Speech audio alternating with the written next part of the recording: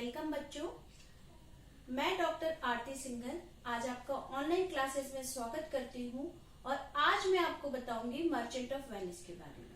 Merchant of Venice play है जो 12th class में चलता है। सबसे पहले ये प्ले किसने लिखा है? ये प्ले लिखा है विलियम शेक्सपियर ने। As we all know, William Shakespeare is the father of English literature. He was born on 23rd April 1564 at Stratford. कहते हैं when he was 20, he left his house for London. London चले गए और वहां उन्होंने theatre में काम करना शुरू किया as a spot boy.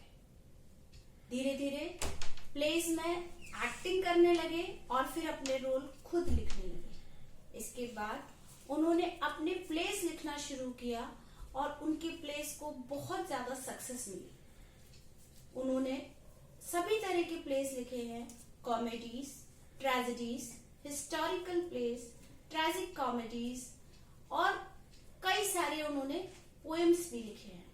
Sonnets कहा जाता है शेक्सपियर के पोएम्स को। उनमें सभी बहुत सक्सेसफुल रहे। जैसे ट्रेजेडीज में उन्होंने लिखे हैं King Lear, Othello, Macbeth, Hamlet, Julius Caesar. उसी तरह उन्होंने कुछ और प्लेस लिखे हैं जैसे Twelfth Night, As You Like It, All Is Well, Merchant of Venice. आज हम बात करेंगे मर्चेंट ऑफ वेनिस की। मर्चेंट ऑफ वेनिस मैं आपको एक्ट वाइज और सीन वाइज पढ़ाऊंगी ताकि आपको कोई भी प्रश्न कहीं से भी पूछा जाए आपको उत्तर देने में दिक्कत ना हो। और इसकी समरी मैं आपको हिंदी में बताऊंगी ताकि आपको बहुत अच्छी तरह समझ पाए। मर्चेंट ऑफ वेनिस पढ़ने से पहले सबसे पहले हम जानते हैं कि इसमें कौन कौन से कैरेक्टर हैं। हम शुरुआत करते हैं फीमेल कैरेक्टर से। मर्चेंट ऑफ वेनिस में पोर्शिया, नेरिसा और जेसिका फीमेल कैरेक्टर्स हैं। इसमें पोर्शिया मेन हीरोइन है, नेरिसा पोर्शिया की मेड है और जेसिका शार्लॉक की पुत्री है। मेल कैरेक्टर्स में एंटोनियो है जो मर्चेंट का व्यापारी है, उसका फ्रेंड है बेसेनियो, ग्रेशियानो। इसके अलावा सेलेरिनो, सेलेनियो और लोरेंजो जो जेसिका का लवर है।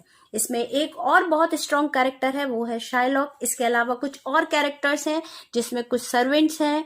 इसके अलावा कुछ रॉयल्स कैरेक्टर हैं, Duke of Venice, Prince of Morocco और प्रिंस ऑफ अरागोन। स्टोरी की शुरुआत करते हैं। एक्ट 1 सीन 1 में एंटोनियो वेनिस स्ट्रीट पे अपने फ्रेंड से मिलता है और कुछ परेशान है। सेलेरिनो उसके दुख का कारण पूछता है, कहता है क्या व्यापार में कोई परेशानी है? वो कहता है ऐसा कुछ भी नहीं है, पता नहीं क्यों मैं परेशान हूँ।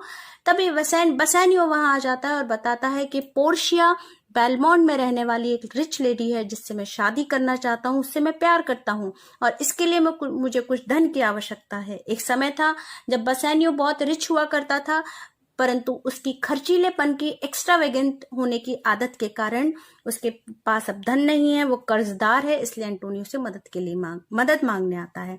एंटोनियो कहता है इस समय मेरे पास रेडी कैश नहीं है क्योंकि मैंने अपना सारा पैसा बिजनेस में इन्वेस्ट कर दिया है, लेकिन वेनिस में तुम किसी से भी मेरे क्रेडिट पर उधार मांग सकते हो।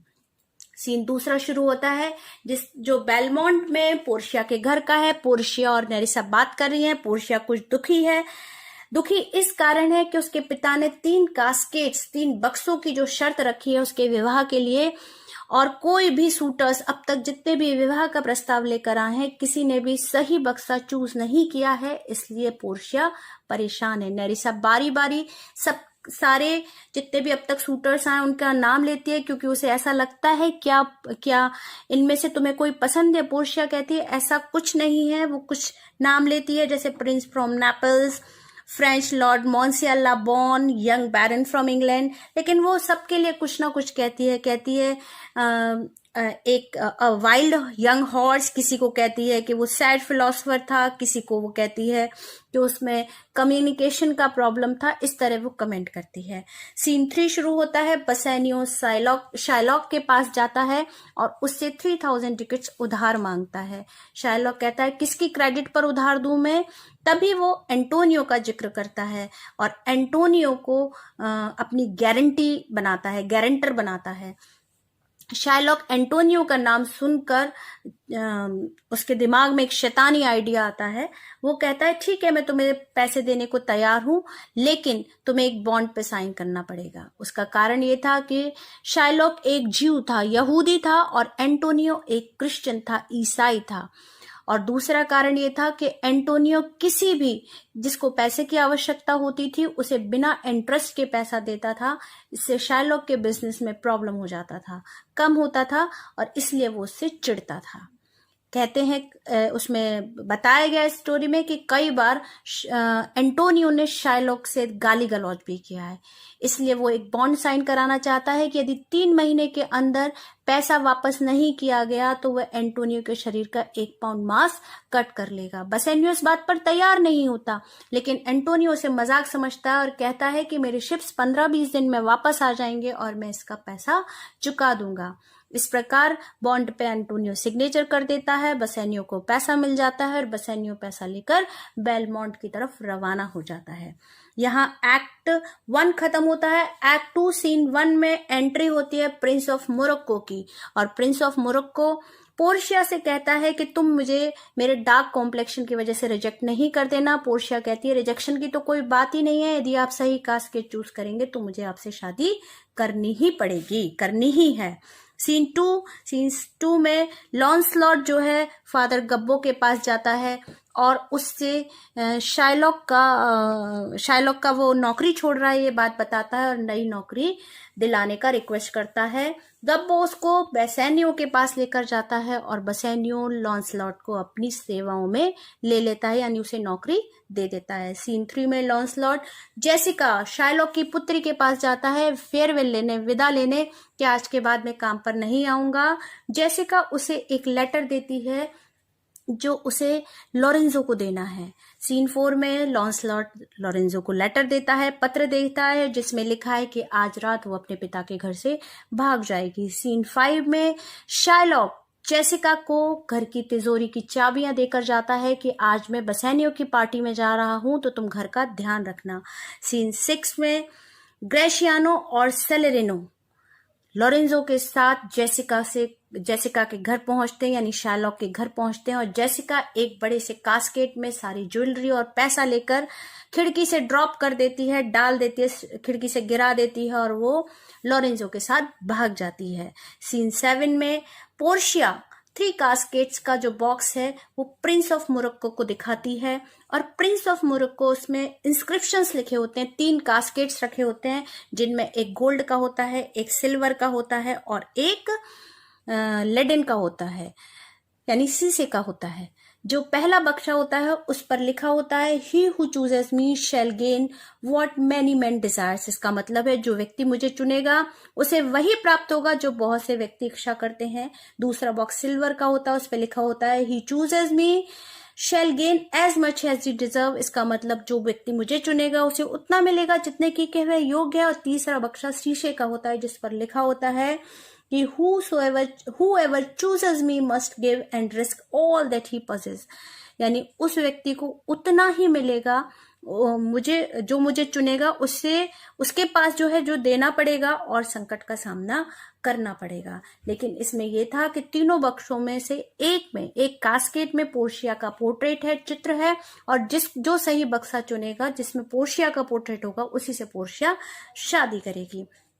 कहते हैं एक पिता ने अपनी पुत्री के लिए इस तरह का वसीयत इसलिए की क्योंकि उसको ये लगता था कि ये जो गोल्ड है ये सांसारिक धन दौलत का प्रतीक है, जो दूसरा बक्सा चांदी का है वो एक न्याय का प्रतीक है, और तीसरा जो बक्सा है वो प्रेम और शांति का प्रतीक है। तो इस प्रकार जो भी बक्सा चुनेगा उसे पोर्शिया से विवाह करना होगा। इस प्रकार यहाँ सीन 7 खत्म हो जाता है। सीन 8 में सेलेनियो आपस में बात कर रहे हैं कि ऐसी अफवाह है कि शायद एंटोनियो के शिप्स डूब गए हैं, तो एंटोनियो से जाके बात करना चाहिए। और ये भी बात करते हैं कि शाइलॉक को जेसिका के जाने का उतना दुख नहीं है जितना कि धन दौलत जाने का दुख है। सीन 9 में पोर्शिया प्रिंस ऑफ अरागोन को लेके जाती है 3 कास्केट्स वाले रूम में, और वहां पे वो सिल्वर का कास्केट चूज करता है और उसमें एक ब्लिंकिंग इडियट का यानी एक मूर्ख का चित्र निकलता है। एक बात और बता दूं कि जो प्रिंस ऑफ मोरक्को थे वो जो बक्सा चूज करते हैं वो गोल्ड का चूज करते हैं और उसमें एक मुर्दे की खोपड़ी निकलती है। यहाँ पर सीन एक्ट 2 खत्म हो जाता है।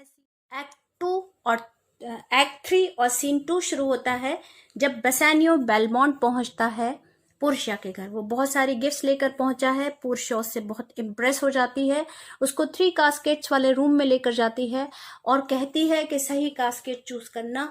बेसानियो लेडेन का कास्केट चूज करता है और उसमें पोर्शिया का पोर्ट्रेट निकलता है। सभी बहुत खुश होते हैं। पोर्शिया तुरंत बेसानियो को एक रिंग पहना देती है। तभी ग्रेशियानो जो उसका फ्रेंड है वो कहता है कि वो भी शादी करने का इच्छुक दिखाई देता है। बेसानियो उससे पूछता है क्या तुमने कोई लड़की देखी है? ग्रेशियानो नेरिसा की तरफ इशारा करता है और नेरिसा हाँ से जब पोर्शिया पूछती है तो नेरिसा हाँ भी भर देती है और नेरिसा तुरंत ही ग्रेशियानो को भी एक रिंग पहना देती है। तभी वहां एक मैसेंजर पहुंचता है एंटोनियो का लेटर लेके, जिसमें लिखा होता है, एंटोनियो ने लिखा होता है कि मेरे शिप डूब चुके हैं, इसलिए बॉन्ड की रकम मैं शाइलॉक को देने की स्थिति में नहीं हूं। समय ओवर हो गया है, ओवर टाइम हो गया है और इसीलिए शाइलॉक मेरे शरीर का 1 पाउंड मांस निकालने के लिए तैयार है। बेसानियो सारी बात पोर्शिया को बताता है। पोर्शिया उसे दुगना धन देकर वहां से विदा कर देती है। अब यहाँ पर सीन 3 दिखाते हैं फिर वेनिस में, जहां पे शाइलॉक बहुत खुश है और एंटोनियो सेलेरिनो उसके पास पहुंचते हैं। एंटोनियो उससे माफी मांगता है और कहता है कि मुझे माफ कर दो, मगर शाइलॉक उसे डिनाई कर देता है, उसे माफ करने से मना कर देता है। सीन 4 में पोर्शिया लॉरेंजो और जेसिका से बात कर रही है और जेसिका बताती है कि एक बार उसने अपने फादर को ये कहते सुना था कि कोई उसे 10 गुना धन भी देगा तब भी वो एंटोनियो को माफ नहीं करेगा, और इसलिए पोर्शिया लॉरेंजो और जेसिका को अपने घर का जिम्मेदारी हैंडओवर करके, अपने घर का चार्ज देकर वहां से चली जाती है नेरिसा के साथ और कहती है कि मैं चर्च में जा रही हूँ अपने हस्बैंड की सलामती की दुआ करने। वहीं से वो अपना एक मैसेंजर बल्थाजार, उसको डॉक्टर बेलेरियो जो पोर्शिया का कजिन है और बहुत बड़ा प्रसिद्ध वकील है, उसके पास भेजती है और खुद वेनिस की तरफ रवाना हो जाती है। इसके बाद सीन 5 में लॉन्सलॉट जेसिका से कहता है कि तुम्हारे पिता जो अपराध कर रहे हैं उसका पनिशमेंट तुम्हें भुगतना पड़ेगा।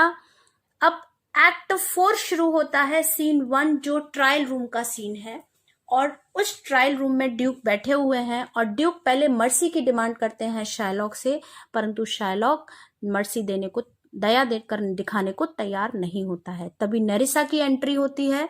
नेरिसा ने वकील के कपड़े पहन रखे हैं और पुरुषों की पोशाक में एंट्री करती है और उसमें डॉक्टर बेलेरियो का पत्र प्रेजेंट करती है, दिखाती है, जिसमें डॉक्टर बेलेरियो ने लिखा होता है कि मैं बीमार हूं इसलिए मैं केस लड़ने नहीं आ पा रहा हूं, इसलिए अपने 2 यंग वकील को भेज रहा हूं, लॉयर्स को भेज रहा हूं जो अब एंटोनियो के केस की पैरवी करेंगे। इस प्रकार पोर्शिया को परमिशन मिल जाती है एंटोनियो का केस लड़ने की।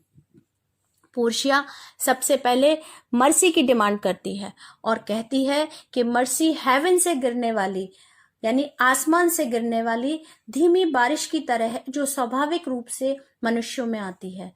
यदि मर्सी राजा के भी न्याय में मिल जाती है तो वो न्याय ईश्वरीय न्याय हो जाता है। वो कहती है कि दया देने वाले को, गिवर को और रिसीवर को जैसे मिलती है, दोनों को सुख और खुशी देती है, परंतु शाइलॉक दया करने को तैयार नहीं होता। तब एंटोनियो कहता है कि तब पोर्शिया कहती है ठीक है, तुम एंटोनियो के शरीर का 1 पाउंड मांस निकालने के लिए तैयार हो जाओ।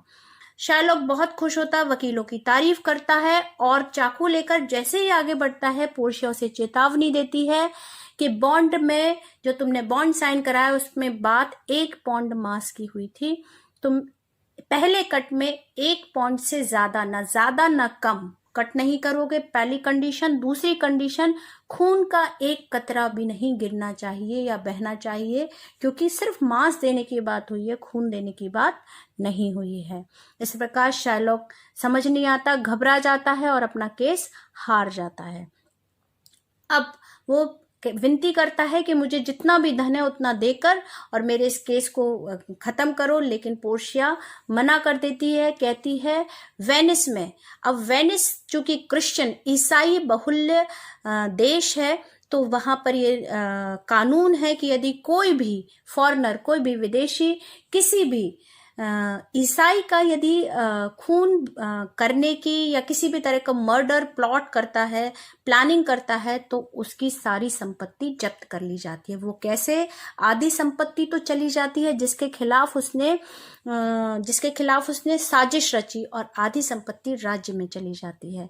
जब ड्यूक से कहता है शार्लॉक, इस प्रकार तो मैं भिखारी बन गया, तब ड्यूक कहता है अब तुम एंटोनियो की दया पर हो। और एंटोनियो कहता है ठीक है, आधी संपत्ति राज्य जब्त कर ले, लेकिन उसकी आधी संपत्ति शार्लॉक के पास तब तक रहेगी जब तक वो जीवित है, और उसके मरने के बाद उसकी जो संपत्ति है वो जेसिका, उसकी बेटी और उसके सन इन लॉ यानी लॉरेंजो को दे दी जाए। इस प्रकार यहाँ केस एंटोनियो के पक्ष में चला जाता है, और एंटोनियो और बसेनियो बहुत खुश होते हैं और पोर्शिया से कोई गिफ्ट लेने की बात करते हैं। पोर्शिया बसेनियो की रिंग मांग लेती है, जो रिंग पोर्शिया ने उसे पहनाई थी। बसेनियो कहता है ये तो मेरी वाइफ ने मुझे दी थी, लेकिन एंटोनियो रिक्वेस्ट करता है कि इसने तुम्हारे मित्र की जान बचाई है तो तुम इसे दे दो। इस प्रकार वो रिंग दे देता है। एक्ट 4 के सीन 2 में ग्रेशियानो पोर्शिया और नेरिसा से मिलने जाता है। नेरिसा को लेकर वो शार्लॉक से बॉन्ड साइन कराने जाता है, और बड़ी चालाकी से नेरिसा भी ग्रेशियानो से रिंग ले लेती है। अब एक्ट 5 शुरू होता है, जिसमें सभी बेलमोंट पहुंच चुके हैं। पोर्शिया और नेरिसा पहले पहुंच गए हैं। इसके बाद बसानियो, एंटोनियो, सेलेनियो, ग्रेशियानो सब वहां पहुंचते हैं। सभी बहुत खुश हैं, और पोर्शिया और नेरिसा अपने अपने पतियों से, नेरिसा ग्रेशियानो से और पोर्शिया बसानियो से रिंग मांगती है। दोनों रिंग नहीं दे पाते और वो छूट मूट का उससे झगड़ा करती है। तभी एंटोनियो कहता है कि नहीं, ये सच बोल रहे हैं, रिंग जो है वो दे दी है इन्होंने वकीलों को। तब पोर्शिया जीप के नीचे से रिंग निकालती है, और इस प्रकार उनको पता चलता है कि कैसे सीक्रेटली पोर्शिया जो है उसने क्या किया है, इस सारे मामले को सुलझा है, यानी वही वकील थे दोनों।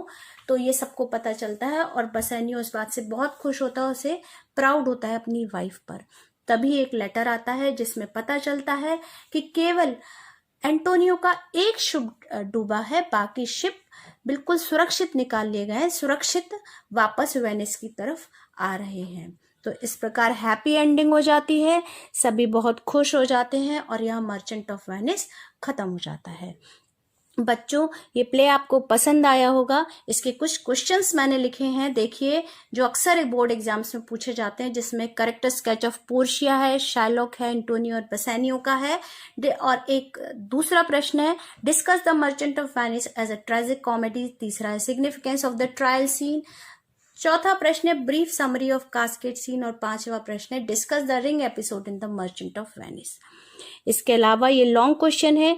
इसके अलावा कुछ शॉर्ट क्वेश्चंस मैंने लिखे हैं। How many ducats did Bassanio want, यानी बसेनियो को कितने डिकेट्स, कितने पैसे की आवश्यकता थी। दूसरा प्रश्न है on what condition did Shylock lend money to Antonio, किस कंडीशन पर शार्लॉक एंटोनियो को पैसा उधार देता है। तीसरा प्रश्न है what did Portia demand from Bassanio as a reward, Portia Bassanio से रिवॉर्ड में क्या मांगती है। और हु वाज जेसिका, जेसिका कौन थी। ये कुछ प्रश्न है, कमेंट बॉक्स में लिखकर मुझे इनके आंसर बताइए।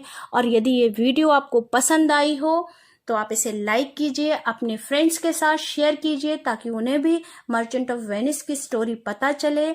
और मेरे और वीडियोस आने वाले हैं, उनके लिए चैनल को सब्सक्राइब कीजिए, ताकि आपको ये वीडियोस और मेरे मिलते रहें। Thank you so much, have a nice day.